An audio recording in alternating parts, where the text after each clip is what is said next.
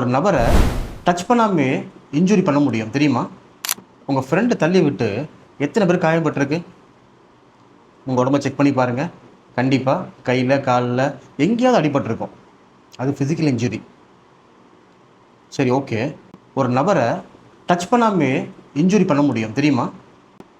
முடியும்.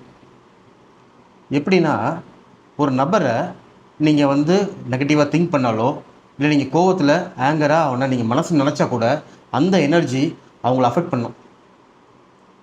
அதோட நிற்காதுங்க. நீங்கள் விதைச்சிட்டிங்க நெகட்டிவ் எனர்ஜியை, அதை நீங்கள் தான் அறுவடை செய்யணும். அப்போ நீங்கள் அறுவடை செய்யும்போது பெரிய இமோஷனல் ஃபேக்டராக நிற்கும். என்னைக்காவது ஒரு நாள் எதுவுமே செய்யாமல் நீங்கள் டல்லாக இருக்கீங்களா? அது காரணம் இதோடு இருக்கலாம். அதனால் இப்போ ஃபிசிக்கல் இன்ஜுரியும் வேண்டாம், இமோஷனல் இன்ஜுரியும் வேண்டாம். யாரையும் நெகட்டிவாக திங்க் பண்ணாதீங்க. பாசிட்டிவாக நினைப்போம், பாசிட்டிவாக நம்ம ஹாப்பியாக லீட் பண்ணலாம்.